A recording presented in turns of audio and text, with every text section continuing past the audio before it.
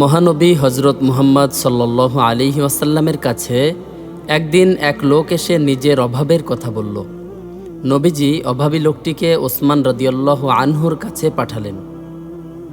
লোকটি হজরত ওসমানের বাড়িতে গিয়ে দেখল তিনি কিছু তুলা রোদে শুকাচ্ছেন। বাতাসে সামান্য তুলা উড়ে যাচ্ছে আর তিনি তা দৌড়ে ধরে এনে জায়গা মতো রাখছেন। অভাবী লোকটি তা দেখে ভাবতে লাগলো, যে লোক এত বড় কৃপণ সামান্য তোলার জন্য দৌড়াদৌড়ি করে, তার কাছেই রসুল আমাকে পাঠালেন? অসম্ভব, এই লোক আমাকে সাহায্য করতে পারবে না।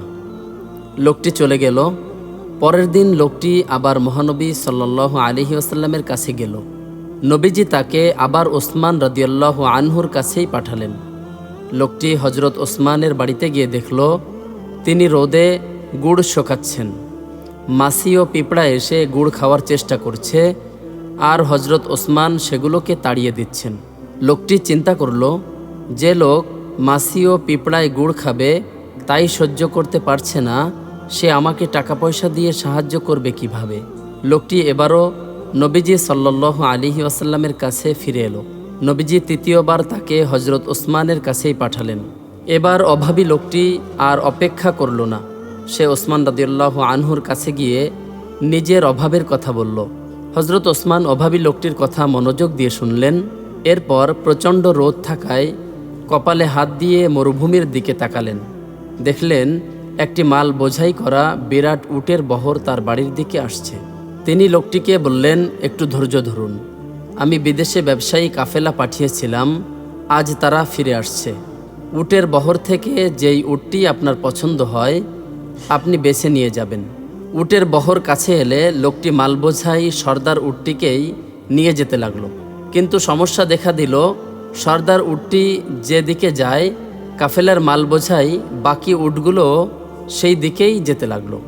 হজরত ওসমান এই কাণ্ড দেখে লোকটিকে বললেন, আপনি পুরো উটের বহরটি নিয়ে যান, আমি আল্লাহ ও তার রাসূলের সন্তুষ্টির জন্য আল্লাহর রাস্তায় সব দান করে দিলাম। লোকটির বিশ্বাস হচ্ছিল না। সে অবাক হয়ে আগের দেখা তুলা ও গুড়ের ঘটনা বলল। হজরত ওসমান বললেন, তুলা ও গুড়গুলো আমার নিজের নয়, মানুষের। জিনিসগুলো নষ্ট হওয়ার ভয়ে আমি তা রোদে দিয়ে পাহারা দিচ্ছিলাম।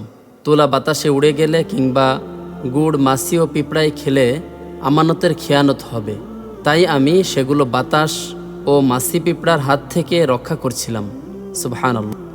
নবীজির সাহাবীরা এমনই অকাতরে দান করতেন। তার উপর এ ব্যাপারে হজরত ওসমান রাদিয়াল্লাহু আনহুর ছিল আলাদা নামডাক।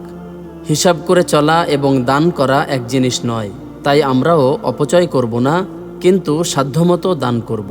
আল্লাহ তাআলা আমাদেরকে তৌফিক দান করুন, আমিন।